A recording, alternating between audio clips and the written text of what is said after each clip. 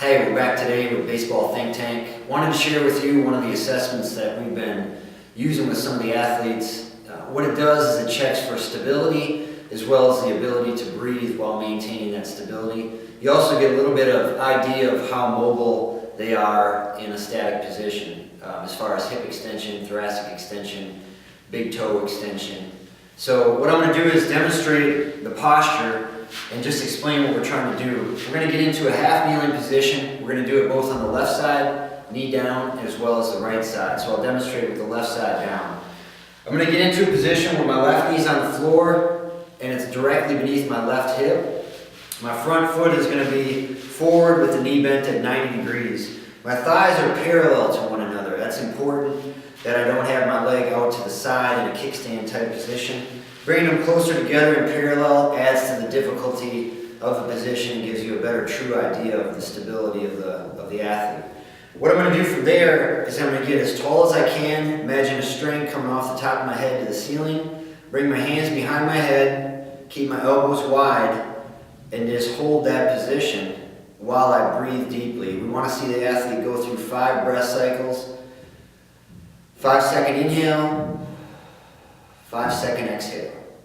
You can check the athlete, and at the same time, the athlete is going to immediately know if they're more or less stable on one side versus the other. So I'm going to turn to the side so you can see it from this angle too.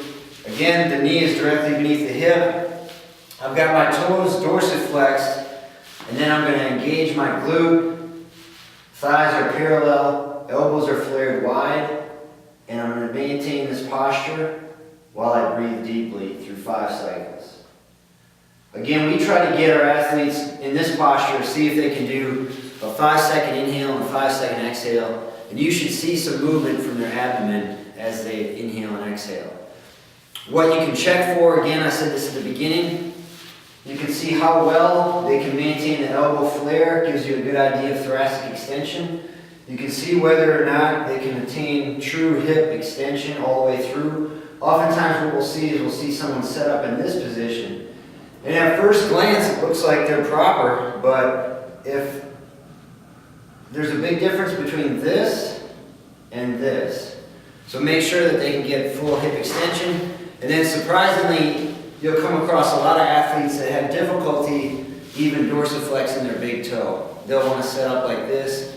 And as soon as they try to extend the toe, they'll get a little less stable. So do it on the left side, and then do it on the right side, and see if there's a difference between the sides.